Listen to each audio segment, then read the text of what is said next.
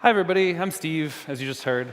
I guess I don't need to introduce myself because I just got a great introduction, so let's get right into it.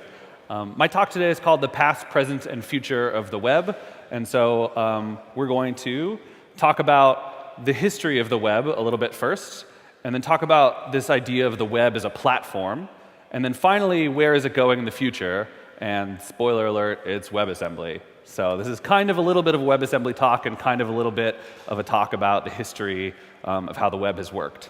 But before we get into that, it's important that I put this slide up here because this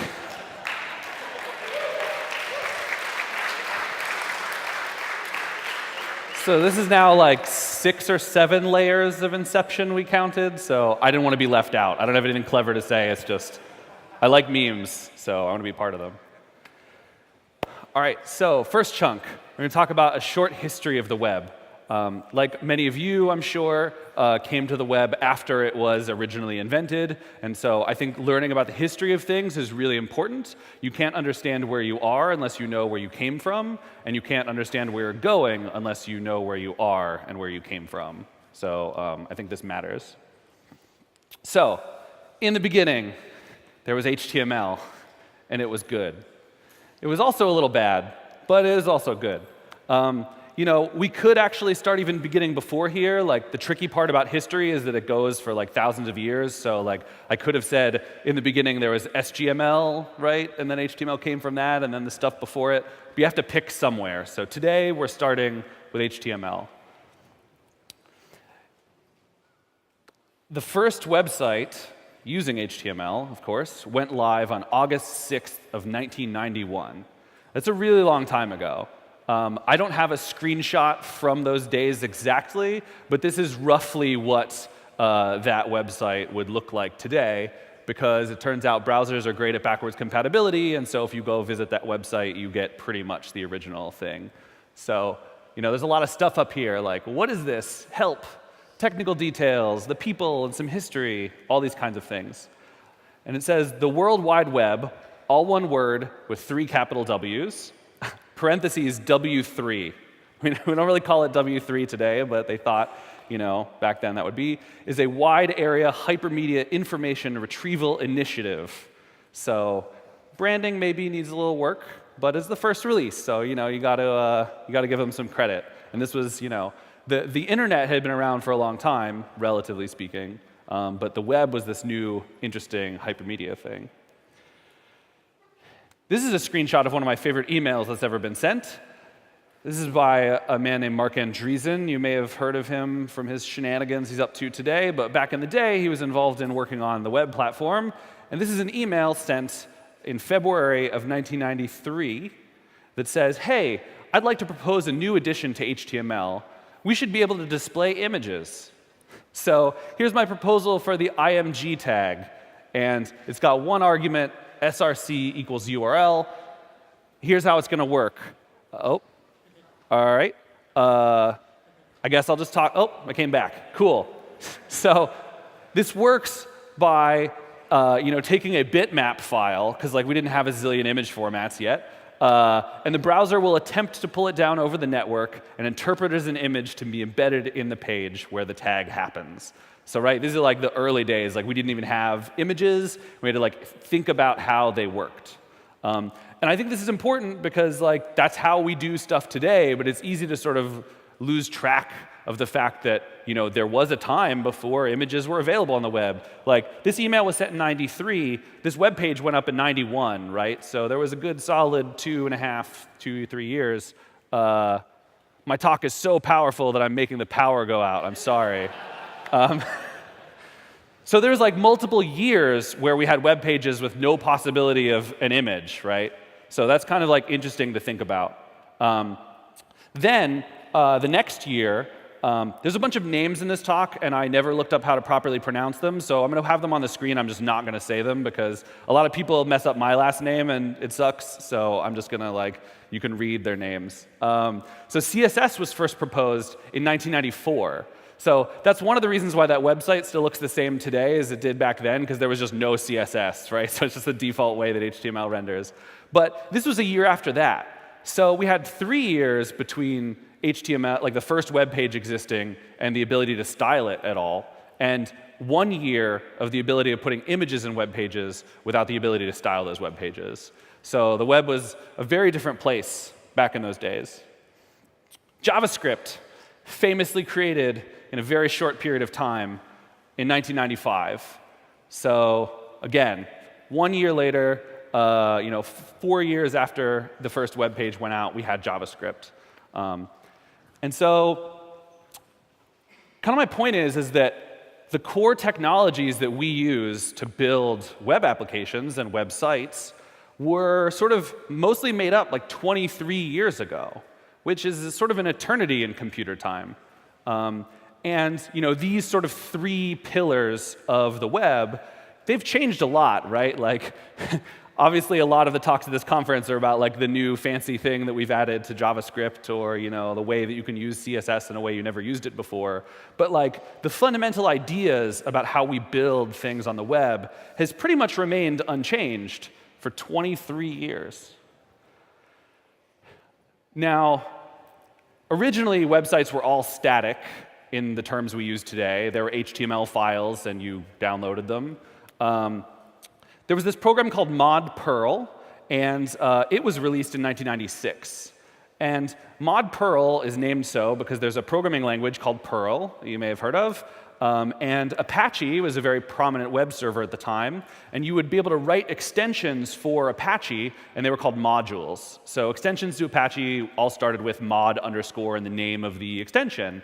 And this was how you would build sort of like a more complicated website. You would write an extension to Apache to do the thing that you wanted it to do. And so somebody came up with the idea, why don't I write an extension where I can have a programming language generate the HTML instead of just writing the HTML in a file? And so this was like a pretty huge step forward in terms of being able to build dynamic things on the web. So that was 96. So 5 years of sort of no real dynamic capacity at all. And so the way that these things interacted with each other is through this thing called CGI, or the Common Gateway Interface. And it was proposed in 93.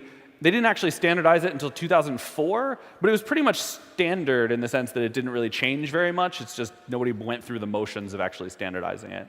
But CGI, there was then a mod CGI, similar to mod Perl, that said, hey, if we're going to make programming languages be able to run things to generate web pages, maybe we should make a standard interface for people to be able to do these things. And so even our like current model of have a program generate a web page still goes back like almost 20 years. And so a lot of stuff has happened in those 20 years, but mostly it's been refinement of those original ideas rather than like a total throw out and rethink of everything. And there's definitely a lot of people over the years who have wanted to sort of throw out and redesign the web, and most of those efforts have failed, including the efforts by the people who originally made the web in the first place. Like, how many people know Project Xanadu? Yeah, okay, that's what I thought. Like 3 people. Ted Nelson. I don't have time to talk about that. So historically speaking, we've been in this mode of refinement rather than throwing everything out. And I think that's fundamentally a good thing. And this is also, like all generalizations are false. Like there has been some significant changes in this period of time. And some of that is this sort of rediscovery of JavaScript. And I'll get back into what I mean by that a little bit later in the talk. But it's not like there's been no sort of major changes, but like the foundations are pretty much the same. Okay, that's enough of the history for now. Let's talk about this idea of the web platform. I work at Mozilla, and whenever I started at Mozilla, people started talking about like the platform team and kept saying things like the web platform. And I was like, I have no idea what they mean by the web platform. And I think that's because it's sort of a little misnamed, or maybe a better way to understand of it would be to think about it as the web application platform.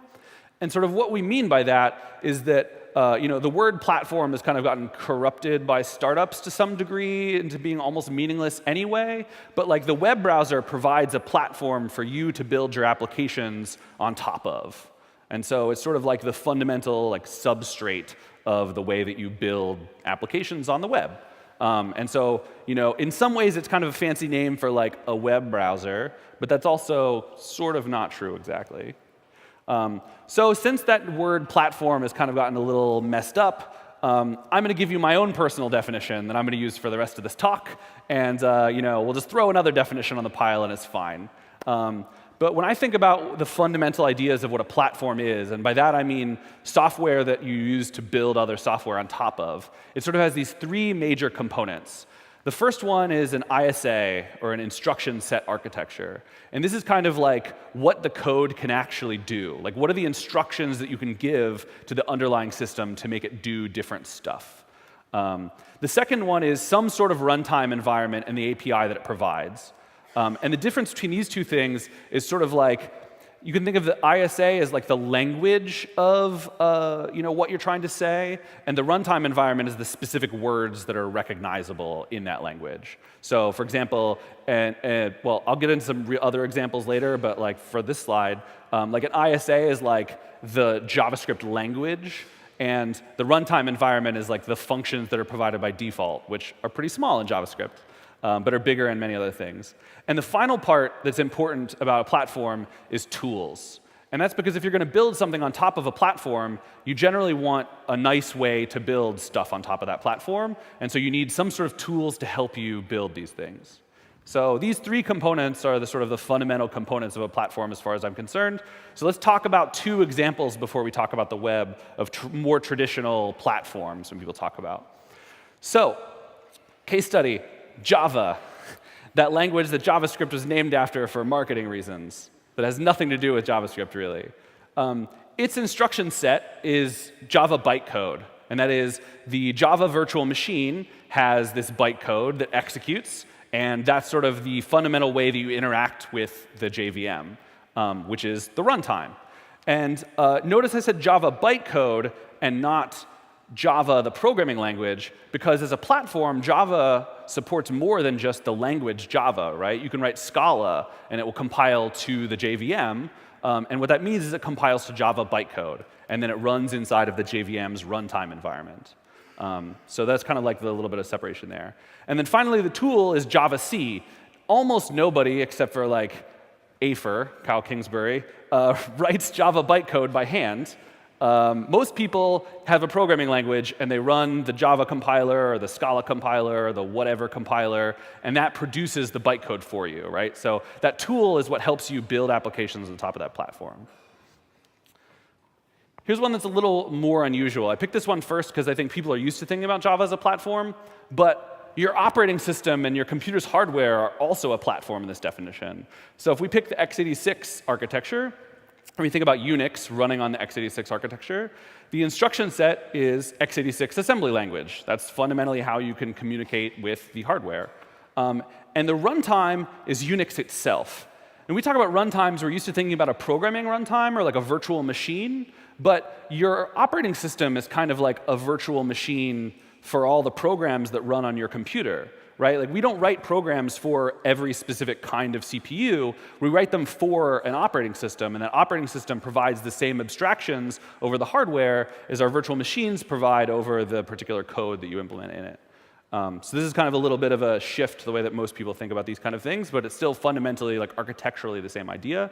And then tooling, classically in Unix, we have a shell, we have the C programming language, and we have GCC to compile it. So all these same kind of things, you can build stuff for Unix, and lots of people talk about things being Unixy, like, when Ryan introduced Node into the world, he was like, I want it to be, Unix-like. So that's a slightly different platform. So what happens when we think about the web in this sort of terms? Well, here's the thing. Most of the time, I put it in 1, 2, 3 order because usually those things are developed in that order. So first, you develop the instruction set. So like, I'm building a CPU. What assembly instructions does it support? And then on top of that, you layer the runtime that you want. Like, here's the execution environment. And then finally, you give people the tools. So most of the time, you go 1, 2, 3. But the web platform is really weird. And what I mean by being really weird is that it was not developed in that order, which is kind of the way that almost every other platform has been developed. And it's also historically been missing chunks of this kind of like ontology of platforms. So let's talk a little bit about how that works. Before we do, I forgot I have one more slide. One other way in which the web platform is weird is like most platforms, you build something for your local machine first, and then you add in networking capability. So like thinking about the JVM, you run programs locally, and then there's an HTTP library that you use to communicate out to something else. So programs are like local, and then they're networked. But on the web, almost all applications have been networked to start, right? Because like the client-server model is sort of fundamental to the way that we build things on the web. And only now are we starting to be able to make local things. If you look at like the offline first movement in JavaScript, for example, you have people that are talking about offline web apps, which at first feels like a contradiction, and it feels like one because we started off with online first. So this is one way in which the web is like totally backwards from most other platforms. And that's had a really interesting aspect on how it's developed. And so, yeah, in that client-server model, the browser is kind of like a view into an application that's running on the server, right? So you think about that mod Perl example. The Perl code is not running on your computer. It's running on a server somewhere, and you just kind of get to like look at it from afar. And that's the way that things worked for a really long time. And so the problem with this architecture, and I mean, it's not inherently a problem. Like, I love the web. I've been doing stuff with the web for like a really long time. I think there's a fantastic architecture. But the way that that's developed has limited the kind of stuff that we can build. When I talked about it feeling weird that you can build offline web apps, that's what I mean. Like, it seems like there should be no way to build a web application that does not have access to the internet. And so that kind of limits the things that we can build, but more importantly, it limits the way that we think about the web. Because if you want to build something, the first thing that you need to do is imagine that it's possible.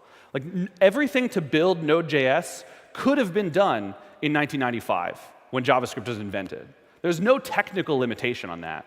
It took Ryan imagining the possibility of making server-side things in JavaScript to be able to build it. And so I think it's really important to not just think about like the limitation in a technical sense, but like imagination. And limiting our imagination can be really harmful to making progress and like building new cool stuff. So that's kind of like where we're at today. And so what I want to talk about now is sort of where the web platform is kind of going. And I want to preface this with there's sort of like two paths that this all could take. There's sort of keeping along the current path, and then there's the one I'm about to tell you about. So it's not totally sure that this all will come to pass, but this is like the future that I am working on. And when I'm part of the community group to develop WebAssembly, and I like work on WebAssembly stuff. And part of the reason why is this is kind of the future that I believe in, but not everyone believes in it. So I'm here to like convince you this is a good idea so that we can all do it together. So I'm sort of more presenting ideas than I am promises. And I'll try to be a little clear about those specifics as we go through the rest of this. So further developing the web as a platform and giving it more capabilities so we can build more interesting and different applications requires filling in those missing pieces that we haven't had before. And I think I keep coming back to the offline example because I think it's just a great example of the stuff that was missing on the web today. And we've been working on that for a while now, and that stuff is kind of like going forward. But we need to sort of fill in these gaps. So let's use my little 1, 2, 3 on the web. Number one, the instruction set. You could argue that this is JavaScript, but I think that that's not a good argument. I'll get into that in a second. The second one is the runtime. And in this case, that's the combination of JavaScript and then also the other APIs that a browser gives you access to, like the DOM, for example. And as far as tooling on the web, I think that you all know that we have like no shortage of tools to build stuff. About an hour ago, I learned that somebody wrote a new web JavaScript bundler in Rust to like compete with Parcel, basically. So it's like time until a new bundler came out is like reset the clock. It's been 1 hour since the last one came out. We got so many tools, and it's really awesome. And I love that we have so many different ways of building things. It's really great. And I also think it's one of the reasons the web has been successful. If you only have one tool, then it can lead to stagnation and a lack of imagination. But we have so many tools that we can do all kinds of really cool things. So let's talk about why JavaScript does not fit in as an instruction set architecture. It kind of does, but it's also kind of not. And a primary reason for this is that JavaScript was not designed for this task. What's kind of funny is this sentence is just true no matter what task you're like talking about, really, right? Like whatever you're doing, it's like it was never actually designed to do this, which is fine. Like it's still been successful because it's great regardless of that aspect. And so if you wanted to think about JavaScript as being the instruction set for the web, then you'd primarily be thinking about compile to JavaScript. The same way we compile a native program into assembly language, you'd be compiling something into JavaScript. And that does obviously work. Many people have been building stuff in languages that compile to JavaScript. There's a ton of really cool languages that compile to JavaScript, but it also has significant drawbacks as an instruction set architecture.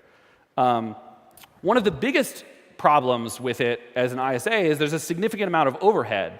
So because JavaScript is like a real quote-unquote programming language instead of just an assembly language, that means that when we want to execute JavaScript, we have to first download it from the server, and then we have to parse all that JavaScript. And then because of through the wonders of like JITs, it actually does get compiled. Even though we don't think about JavaScript as a compiled language, that's sort of because the word compiled has gotten way more complicated over the last 15 years.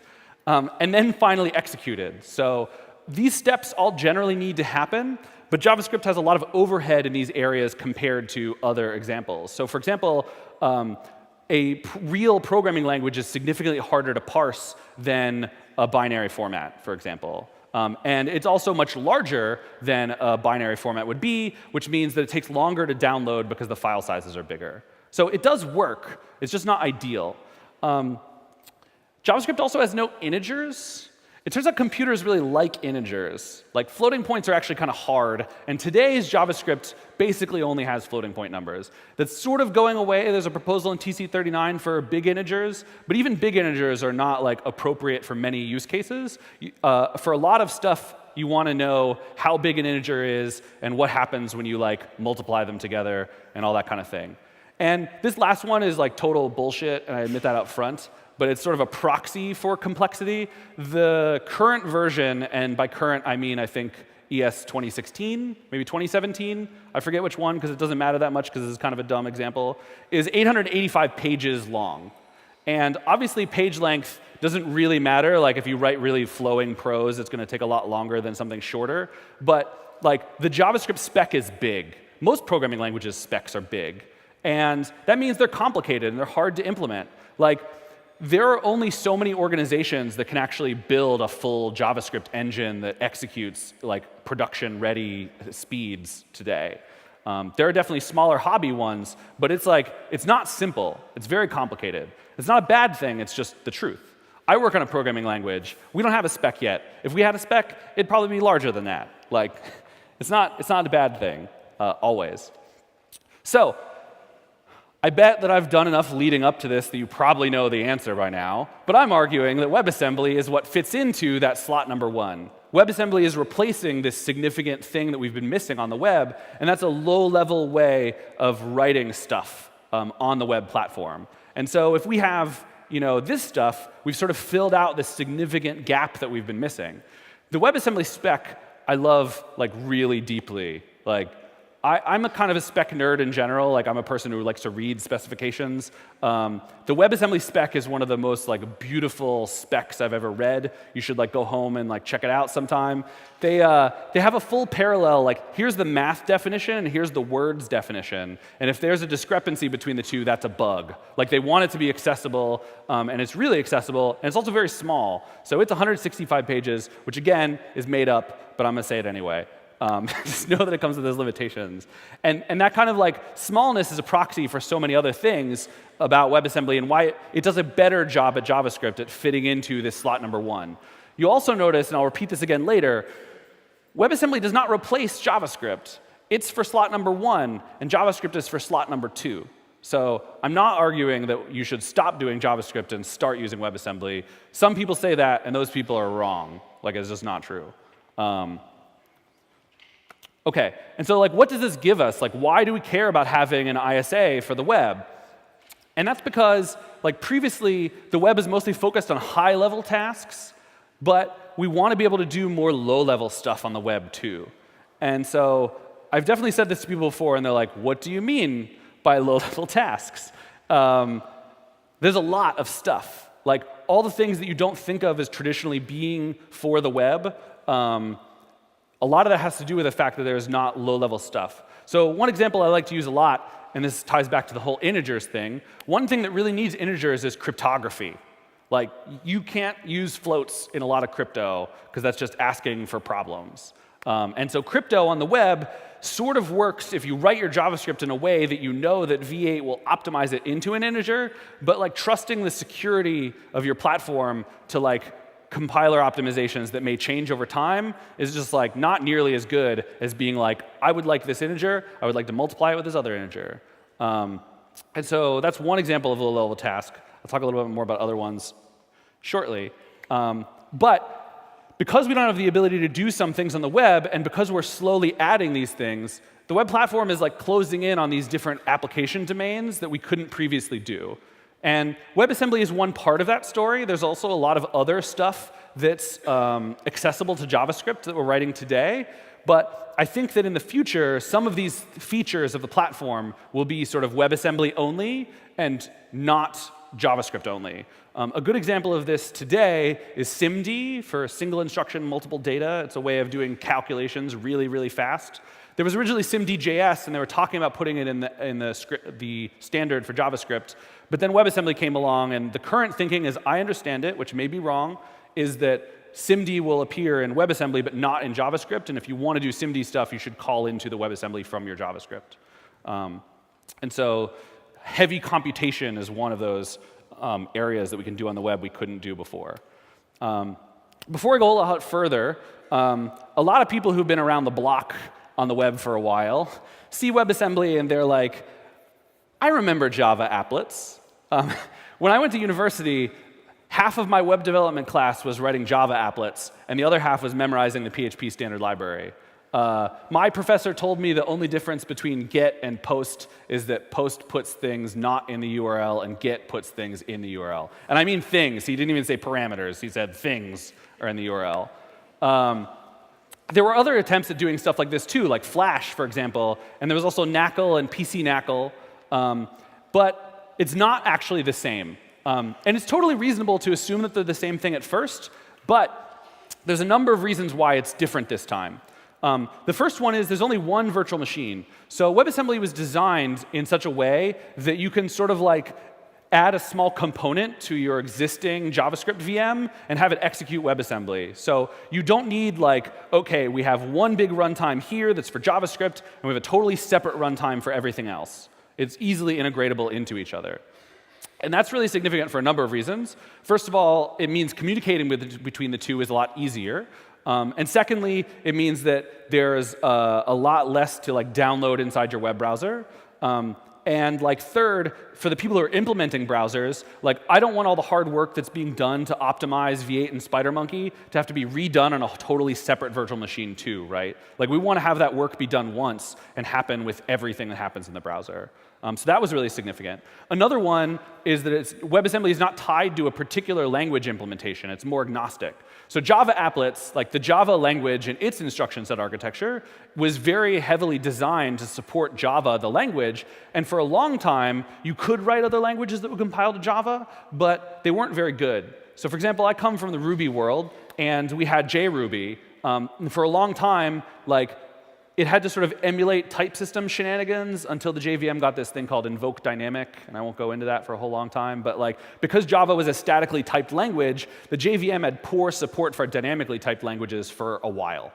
And that's because of this sort of narrow vision of we're here primarily to support Java and only incidentally to support other things, whereas WebAssembly is inherently thinking from the start about being language agnostic, which is important. And the final one is proper platform integration. WebAssembly is actually reasonably tied into the whole rest of the web platform. Not super great yet, but we're getting there. There's some proposals for some details that I don't have time to talk about. But like, if you were writing a Java applet or say a Flash program, you basically get like what today we would think of as a canvas element that you would draw into, and it's totally separate from the rest of the world. So like, if you want to write your program mostly as a Java applet, you have to reinvent windowing, and you have to reinvent like the event loop and like all this stuff. And that means you lose like accessibility features that are built into the web natively. And so it was kind of, these previous attempts were sort of building their own universe within the web browser. And so us web people kind of rejected them. Like, that's why we didn't like using these technologies. I was so excited when Apple finally killed Flash. Not because Flash is even bad. Flash is actually really good in a lot of ways. But like, it wasn't really part of the web. It felt like Adobe trying to proprietarize, it's not a real word, but I may say it anyway, the existing like web. And so WebAssembly succeeded on all these fronts. One thing I didn't have room for to put on the bullets, because I don't want to make them too small as well, is that WebAssembly also succeeded because it started small. If we wanted to standardize, say, the JVM, and this is part of the downfall of PC NACL, is that we would have had to standardize this massive language with this huge semantics. And so WebAssembly is intentionally very tiny. You basically get numbers and math at the moment. But that tininess is what allowed Apple, Google, Microsoft, Mozilla to all agree. I almost said Facebook there, which is wrong, but also a little, to all come together and agree on this spec. Like, we could get all these big companies to agree on 165 pages, but to agree on like a full super big language spec is like much, much, much harder. Like, it's good that we barely can get everyone to agree on JavaScript, right? Like, we don't need a whole nother separate, super, super huge spec. And that's also why WebAssembly has succeeded, is because it started modestly. OK, and so while I'm talking about WebAssembly as this instruction set that fills in, there's also stuff going on in the runtime, too, to help the web move forward. And so these are APIs that are accessible from JavaScript today, but sort of this idea of expanding the platform that WebAssembly fits into, these other things fit into it as well. So one of them that I'm sure many of you are familiar with is WebGL. Like, you get OpenGL in a web browser. And that's like really awesome, because you can do all sorts of 3D game stuff that you could never do before. Like, I remember when I was a little kid and I downloaded the demo of Doom off of a BBS and I played it on a computer, and I was like, this is amazing. And now you can like do that in a web browser, and that's really neat. Web audio is another great example of this. Like, you used to not be able to do microphone stuff on the web. Now you can, and playback, and like all this high resolution stuff. Like, I used to have a separate music player on my computer, and now I just use SoundCloud. And that's like because of these APIs that have enabled us to do more rich things with multimedia on the web. And finally, my favorite example of a standard that's not there yet is WebUSB. So like, this spec lets you plug a USB stick in your computer and then read it from a web browser, which is like, what? But like, if you think about like, when you use technologies like WebGL and Web Audio to build, say, like a Photoshop inside the browser, you need to be able to save those files somewhere. And so why make the user download those files into the downloads folder and then copy them over onto a USB stick when you could just save them directly onto a USB thing anyway? That's a thing normal programs are able to do, and the web was not. And so that's like hindered the web's development. I don't actually know if WebUSB is going to make it or not. I haven't looked into it in a while, but it's sort of like the idea that we have all these other abilities that you could do in a web browser that you couldn't before. And I'm interested in making this list like way longer. And so basically, I want you to be able to imagine a future in which a web application does not inherently mean networked program running on the server, or like a web page. Like, I want you to think about the web as a real, full, rich development environment, just as real and full and rich as native platforms like actually are. Because we love the web, so why not make it better to build a whole bunch of stuff? Like, I don't want to have to like drop down into native. Like, we had a whole talk about Electron yesterday, and like one of the reasons Electron has been successful is because developing GUIs in native platforms is like kind of terrible. I work on a native language. We don't really have good GUI support, and that's because it's really hard and bad. And so we'd rather like install several different instances of Chrome to use every single messaging app that uses, and like, Visual Studio Code and all these other programs that use an Electron-like environment, because we love the web so much we want multiple copies of it running on our computer.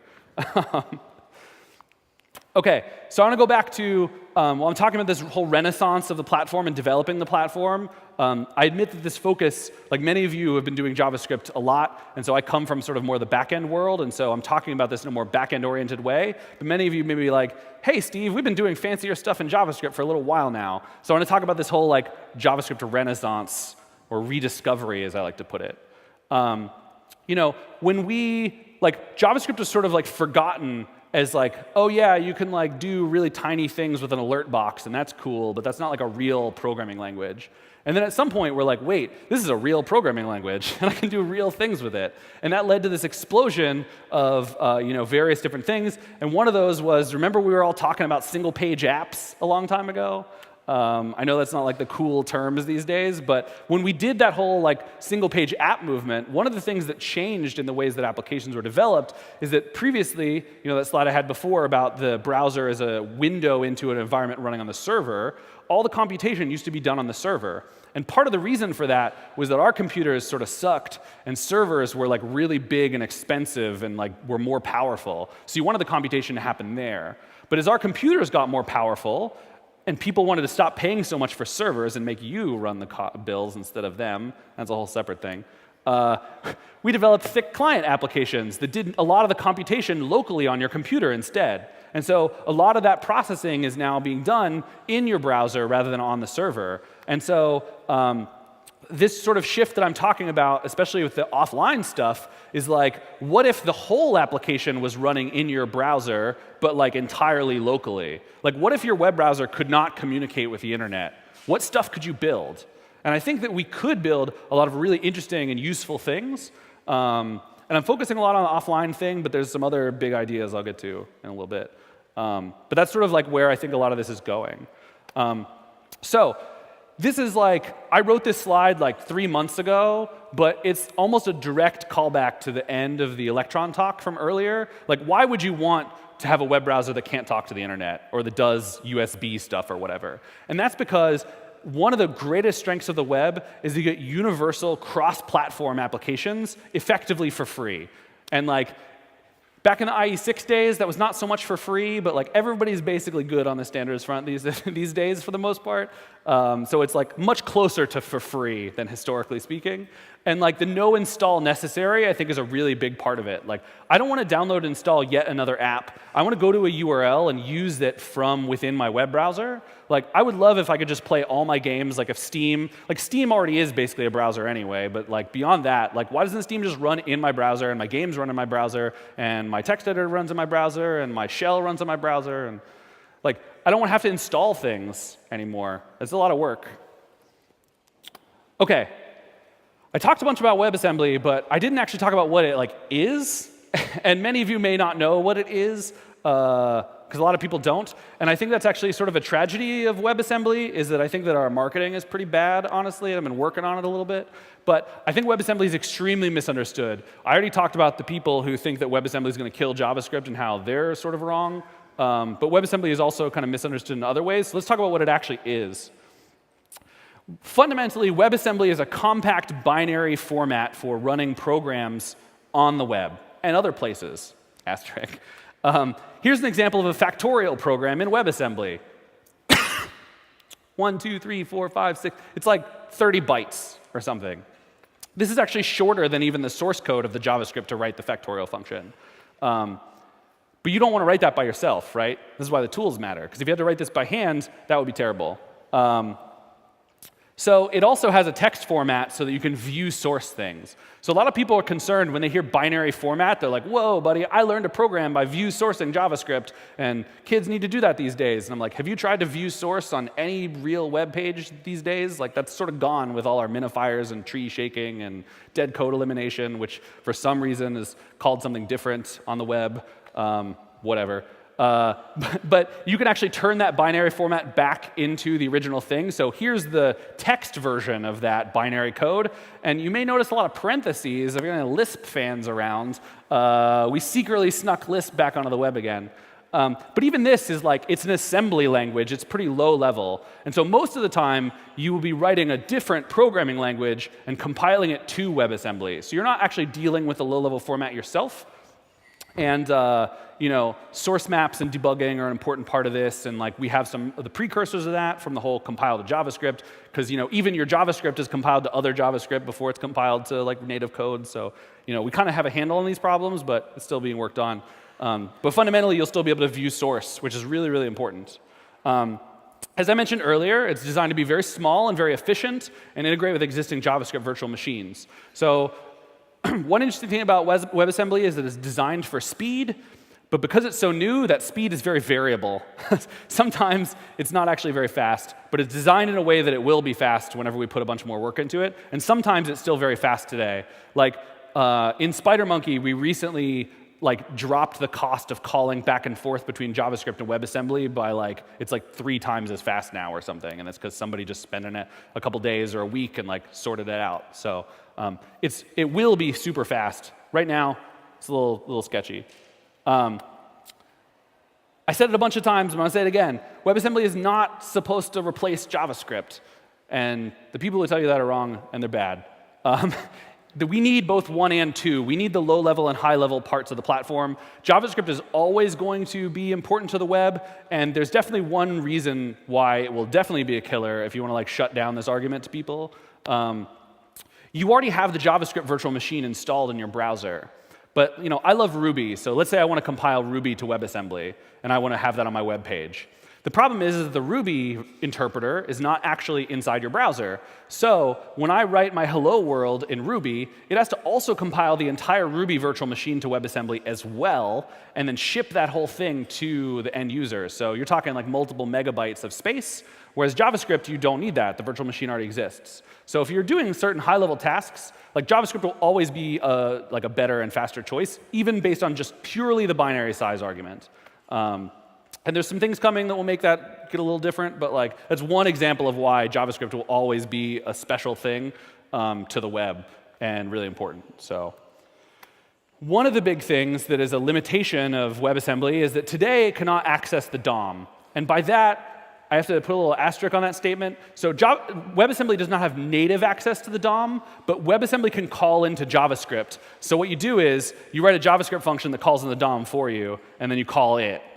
So you can manipulate the DOM with WebAssembly, but doing that requires some manual work or a library, and it's also slow because you're crossing over the JavaScript to WASM boundary. As I just mentioned, that's getting a little faster, blah, blah, blah. But in the future, WebAssembly will be able to access the DOM and the other platform features natively, but for right now, this is one limitation of WebAssembly, and there's definitely some others too, but I don't have time to get into those at the moment. Oh wait, I have time for one more. I sort of covered this slightly with the whole Ruby thing, but one big thing that WebAssembly does not have is a garbage collector. And so that means that if you use a programming language that's garbage collected, then you need to compile the garbage collector to WebAssembly as well and have it do its thing. And so that means that functionally today, you have C, C++, and this little programming language called Rust. I won't talk about Rust a whole bunch more.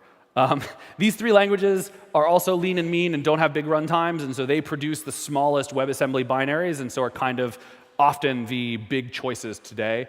Any GC language is just inherently going to produce a lot more WebAssembly than non-GC languages, and in the future, there will be a way to sort of ask the JavaScript GC to manage the lifetime of your objects, which will cut down on those languages. So if you have a GC language, you could integrate it with the JavaScript GC. But that's a whole big, long topic. So this is going to come eventually, but probably in the next couple years time frame, I think. We'll see. Predicting the future is hard. And then finally, another thing that's a big misconception that people don't understand is that JavaScript does not compile to WebAssembly. You have AssemblyScript, which is a TypeScript variant that does, but JavaScript itself doesn't compile to WASM. They're separate things. And a lot of people get that confused, too. There's no reason to. You already have the native environment installed. Why would you compile it to something else just to redo it again? It doesn't make sense. OK, you can do some cool stuff with WebAssembly. These next couple slides have cool stuff on them. You probably can't read this code, and it's fine because it's Rust code, so you can't read it anyway. But this is somebody who wrote isomorphic Rust. So this is an async await, a little networked server that makes network requests. And they wrote a library that lets them compile that Rust to WebAssembly, and so the web requests turn into AJAX requests on the client side, and on the server side, they're just regular old network requests. So there's all sorts of fun stuff like that, and a whole bunch of other stuff. You notice this guy has a Legend of Zelda avatar. If you like video games, this guy does all sorts of really ridiculous, absurd stuff. He's involved in the speed running and modding communities. He wrote a WebAssembly to Rust compiler and then took a Game Boy emulator that was written in TypeScript, converted it to assembly script, compiled that assembly script version into WebAssembly, compiled that WebAssembly into Rust, and now there was originally a JavaScript Game Boy engine that's now a native application. So compilers, they're fun. Here's another cool little demo, an example of heavy computation. You can sort of extrapolate this to anything else that requires heavy computation. This is called the Buddha-Brat. This is sort of one of those generative images. So if you zoom in and out, it infinitely draws pretty images. And I sort of cut it off in the slide because I don't have enough space, but it vaguely looks like a Buddha. You can kind of see the hands and the head there. And so this renders in your browser, and then you can click on it, and it'll zoom in and display the next level down and all that kind of stuff if you're into these sort of fractal things. And it can do that at relative ease and speed thanks to WebAssembly. And finally, this one's my favorite. This is my dream future right here. Nebulet is this operating system that's being worked on right now. And WebAssembly is the native program format for the operating system. That means every program you run as a user can only be WebAssembly programs. It does not run native. Native to it is actually WebAssembly. This is ridiculous and amazing. It's being worked on actively right now, and the beginning stuff works, but obviously that's a big task, so it's going to take a little while. I don't necessarily think this means that we'll be using this forever, but the fact that this is possible is real cool to me. I'm super into it. So you can sort of dream as big as you want. And beyond that, I also want to say that traditional web applications will still always be a thing. Not every single web page needs to be a super fast, complicated WebAssembly contraption. There will still always be room for more simple applications. Honestly, when I build websites, I don't write that much JavaScript. I'm actually pretty bad at JavaScript. But I still like it anyway. But the point is that this is about expansion, not replacement. So we don't want to be able to throw out all the way that we write web apps today. This is about augmenting it to make it better. One of the things that we're doing with WebAssembly in the Rust world is working heavily to make sure that you can use NPM packages that are entirely built in WebAssembly, so you don't even need to know as a JavaScript developer that it's implemented in WASM. So I think over the next couple of years, a lot of you are going to start using WebAssembly, but you're not going to know it because it's going to be a dependency of your dependency of your dependency of your dependency's dependency is going to be in WebAssembly, and you're just not even going to notice. So I think that for library authors, this is a really interesting thing, but I'm sort of there's a lot of people who are cool, Qt, the Linux, not only Linux, but Linux native windowing platform now compiles to WASM, so you can run Qt in your browser, sort of. And so people are oh my God, I can just do that forever. I don't think that's going to be a real thing. I think that most of the time it's going to be mostly in JavaScript with little bits of WebAssembly. Dropbox is doing a thing now where they have a WebAssembly compression algorithm. And so when you upload a file to Dropbox, they can compress it on the client and then send it to the browser, and to save on bandwidth costs is a great example of how this works. Their whole website is mostly in JavaScript, but this little compression bit is in WASM. OK, I'm almost done wrapping up with talking about this future stuff. If you want to see some real crazy stuff, there's this talk by Gary Bernhardt in 2014. Gary is an amazing presenter. If you've never seen him talk, he does a fantastic job. I was lucky enough to see this talk live, and it's called The Birth and Death of JavaScript. And it's about how JavaScript will never actually die. It will just permanently be in existence. He wrote this before WebAssembly existed, and he calls it metal. But if you watch it today, knowing that WASM exists, this might get some of your creative juices flowing with the possibility of what we're able to do with the web. I'll give you a short spoiler. So this talk is set in a mythical future, 40 years in the future, and it's about the history of the last 60 years of JavaScript. And what he does is he has this demo where he compiles a shell to the browser via what is now WebAssembly, and then compiles the compiler to the browser via WebAssembly. Note, this already exists. You can actually run Clang in your browser today, incidentally.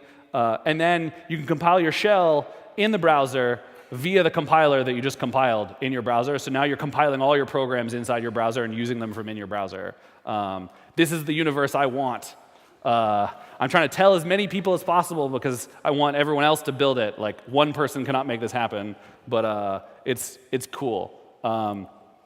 OK, this is my big takeaway slide. As I said earlier, I think this is about like the future of the web. I want you to all think about the web as something that is not traditionally what we think about web applications, and like reach for the sky. Because we all love the web, and we want to be able to work with the web. So let's make the web do non-webby stuff so that we can keep using these awesome technologies that we love. Thank you so much. That is all I have for you today.